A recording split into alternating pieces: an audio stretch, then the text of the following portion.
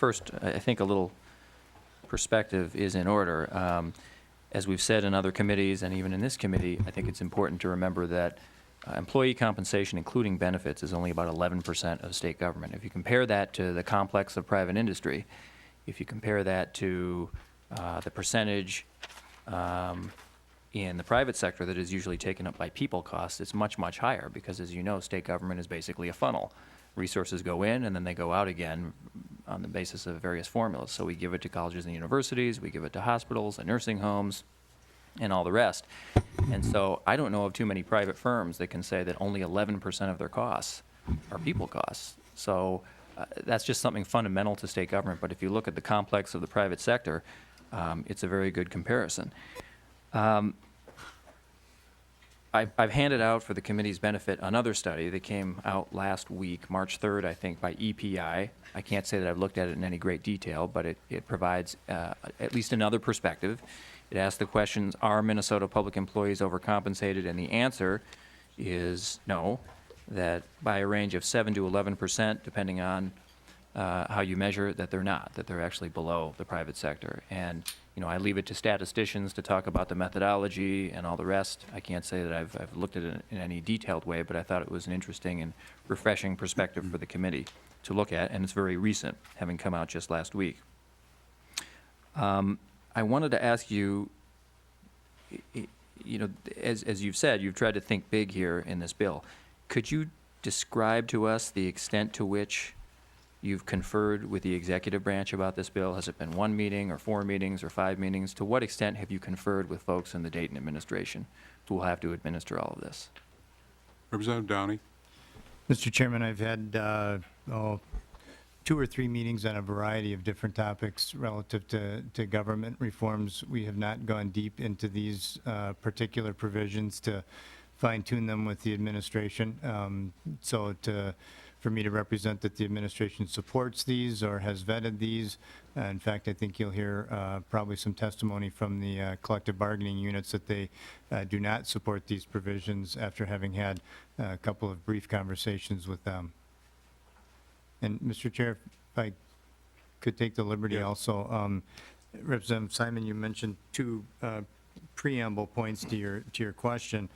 And you know, you can talk about what % of the workforce it is. I'm just looking at $2.3 billion worth of public spending, and if we can find a way to save 10 or 15% of that, the 15% workforce reduction bill actually translates into almost $700 million of savings per biennium. And while I appreciate to some folks maybe that's not a lot of money, I think to the average person, 700 million, 680 million, that's a lot of money. And so the purview of this committee is that budget. And so we're trying to do our part, and there are other committees that are going to have to do their part. But for us to shirk that because we're such a small slice of the pie, let's just remember this is an awfully huge pie. And even incremental savings on a subset of that pie is a pretty big chunk of money, and I think we would be irresponsible not to try and address it. And you mentioned the EPI report, and that actually is one that I read.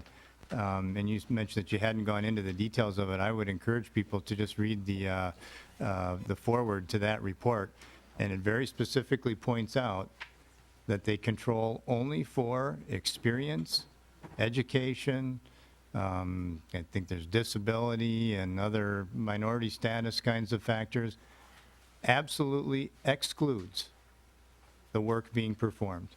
Does not include the position the person holds.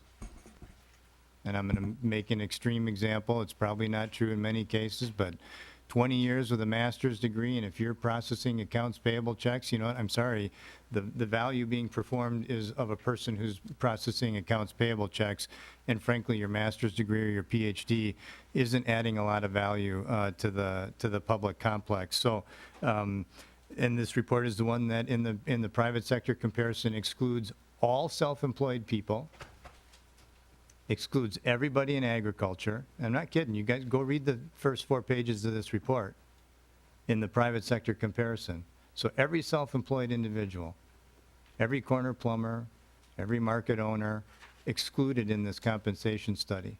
On top of that, they factor out the 35% increase that is generally experienced in large organizations. I mean, there's a 35% value that they take out of right off the top of the compensation being made by people in the public sector.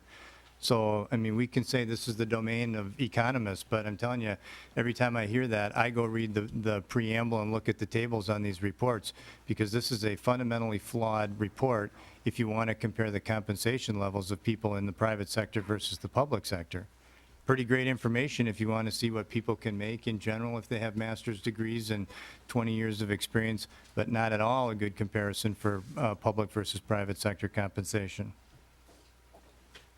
Representative Simon? Thank you, Mr. Chair. Well, I think at bottom, though, I think we can agree that that 11% figure for the private, I mean, sort of the complex of private industry versus the public sector is, I don't think, refutable. So it's a pretty lean, if you want to do private-public comparisons, I think that's a fair one as well. We're not mostly people.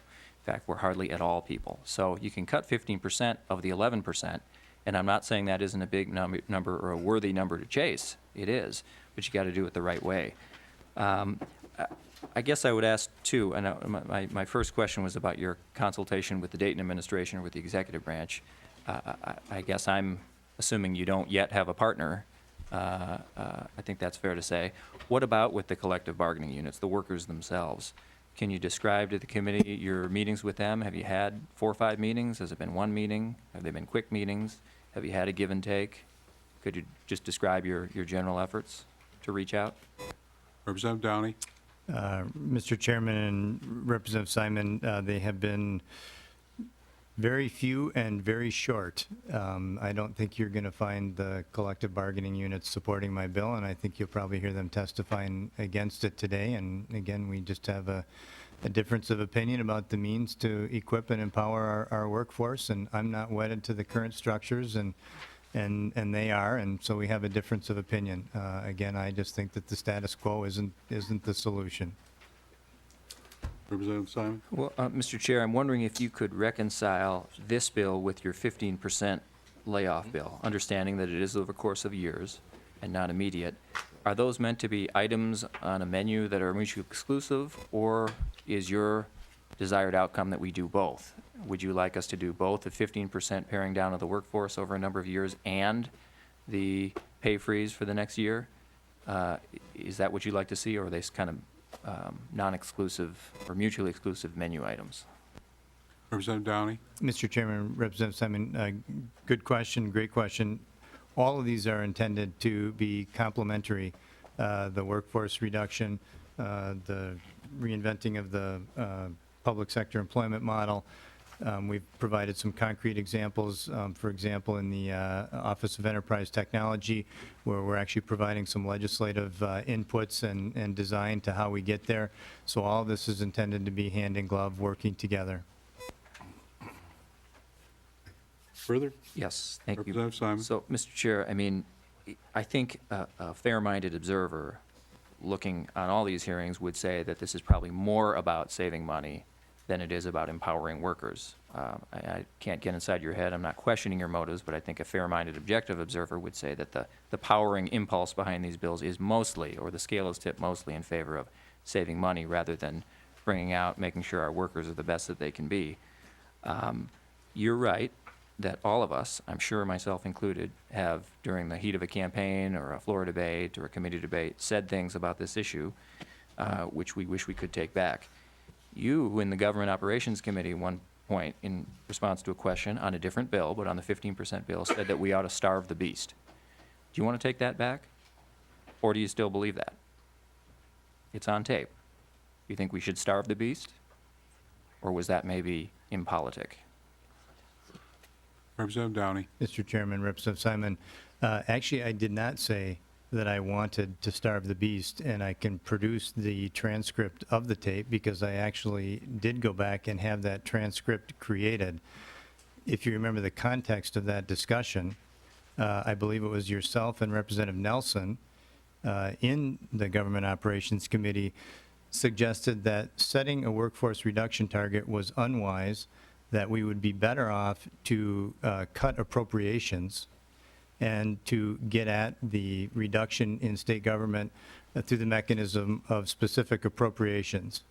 And my comment, and I'll do my best to try and recreate it exactly, I can produce the exact transcript for the committee here, was that whether it's public or private sector, if you're going after the back office and trying to find some ability to reduce costs, you've got two mechanisms. And one is you do it by cutting appropriations, to use a crude term, starve the beast, which is a figure of speech, or you do it through setting a hard target, like the workforce reduction that I was proposing. And so frankly, I did not suggest that I wanted to starve the beast or that my methodology was to do it by just cutting appropriations. In fact, the proposal that we were discussing was one that was very strategic, intentional, and planful. And in fact, the suggestions of yourself and other folks were more getting towards cutting appropriations, which is that methodology, not the one I was proposing. Representative Simon? Thank you, Chair. Just a brief comment about the provision that you collaborated with, with Representative Stensrud, the 5% holdback. I've seen, in the clients that I represent in my law firm, I've seen people maybe I've seen corporations reduce a base for a number of years and then have a separate bonus pool.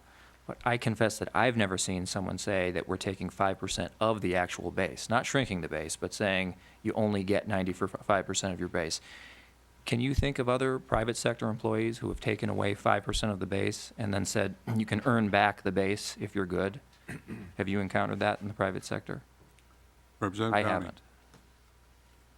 Well, Mr. Chairman, I don't think you accurately described what's proposed in the bill. I think what we're saying is that for any individual, in looking at their total compensation, that 5% of it should be discretionary based on performance of themselves, their unit, and their overall agency.